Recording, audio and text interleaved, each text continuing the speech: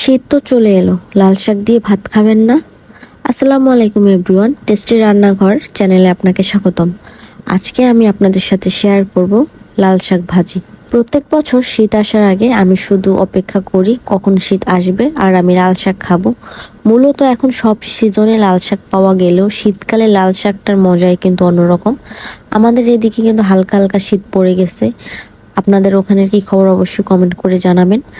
আর আমাদের এখানে কিন্তু লাল শাকও পাওয়া যাচ্ছে। টাটকা 2 মুঠা লাল শাক কিনে নিয়ে আসলাম খাওয়ার জন্য। লাল শাক কিন্তু চিংড়ি মাছ দিয়ে রান্না করলে অনেক মজা লাগে। আমাদের বাসায় চিংড়ি মাছ ছিল না, যার কারণে আমি আজকে এমনিতেই রান্না করব। যেহেতু আমার খুব পছন্দের এই শাকটা, মেবি আমার কাছে কাঁচা দিলেও আমি খেতে পারবো, আমার এমন মনে হয়। জাস্ট একটু কথার কথা বললাম আর কি। আমি এখানে কিন্তু কড়াই দিয়ে তাতে সামান্য তেল, মরিচ, রসুন এবং পেঁয়াজ দিয়ে ভালো মতো নেড়ে নিচ্ছি। ছোটবেলায় যখন লাল শাক দিয়ে ভাত খেতাম, সবচেয়ে মজার একটা বিষয় হচ্ছে যখন লাল শাক ভাতের সাথে মাখতাম, তখন ভাতগুলো সব লাল হয়ে যেত। আর ওই জিনিসটা এত ভালো লাগতো, যার কারণে পুরো প্লেটের ভাত একদম শেষ করে দিতাম। আর আমার আম্মু এই খুশিতে প্রতিদিন লাল শাক রান্না করতো।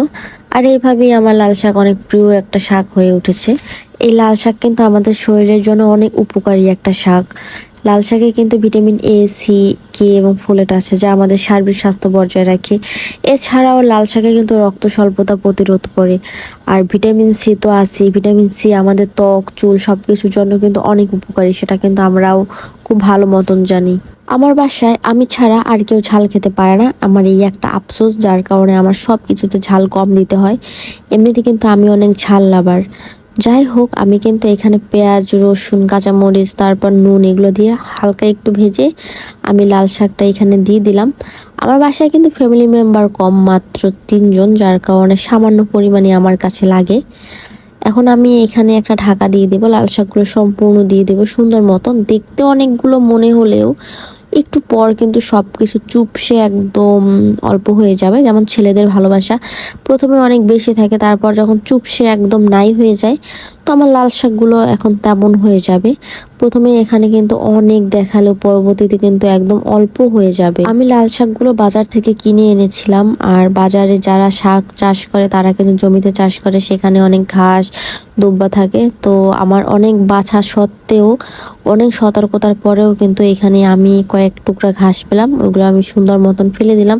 কারণ আমি লাল শাক খাইয়ে সন্তুষ্ট থাকতে চাই, আমার আর ঘাস খাওয়ার দরকার নেই। এই যে দেখেন, আমি যেটা বলছিলাম লাল শাকগুলো একদম চুপসে যাবে, তো সেই চুপসে গেল। আমার রান্না করা শেষ। আর গরম ভাতের সাথে লাল লাল লাল শাক খেতে কার না ভালো লাগে বলেন? একদম তৃপ্তি করে পেট ভরে 1 প্লেট ভাত কিন্তু নিমেষেই খাওয়া যায় লাল শাক দিয়ে।